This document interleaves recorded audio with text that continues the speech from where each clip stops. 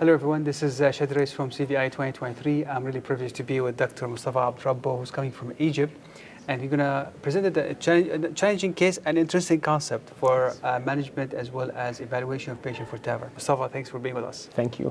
It is an honor for me. Thank you. Thank you. And then we talked offline about the new concept that you worked on using Siemens echo 3D and 4D in patients who are contraindicated or they don't need to have a CT scan. So walk us through it. Yeah. Actually, we are encountered with a group of patients who are refusing or are contraindicated for using iodinated-based contrast. Yeah. When we met this lady, she was 70 years old with severe symptomatic aortic stenosis. We were unable to do a CT as she was refusing the contrast risk or the CIN risk. So we went for 4-dimensional TE. Yeah, and we usually do TE before, but the measurement, I'm not sure how much correlating with CAT scan. So you have some certain protocol that can eliminate that? Yes, we actually published a paper 2 months ago. We compared the use of TE, 4D TE, the protocol proposed by Easy Valves, and CT-based measurements in the same patients, whatever was the indication for that. And we found that there is more or less a good agreement. However, it a little bit undersizes the annular area by around 5%. So keeping in TE cohort. Yes, the TE cohort undersized the measurements compared to the CT. It is actually the same patient. The same patient goes for CT for preoperative coronary angiography evaluation or whatever the reason, and he's going for aortic valve replacement, either surgical or TAVI.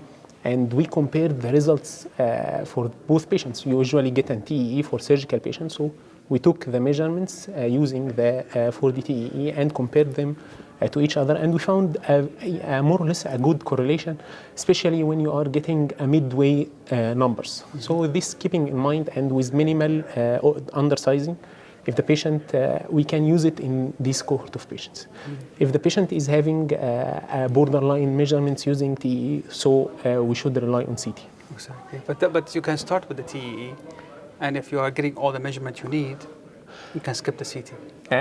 That is not the guidelines based, but if you are in the situation where the contrast is when you don't have anything else to do, it is better than going based on angiography only data. Now we see these patients sometimes CKD stage 3 or 4, and you put them at risk for, you discuss the risk and benefit and tell them you might go for dialysis and say absolutely not. Yes, they actually refuse it at all, going for dialysis, especially if he is going for conservative management for his renal disease for years now, and he was struggling with it, and he is keeping his creatinine around 3 or 4, and he's following up with his nephrologist.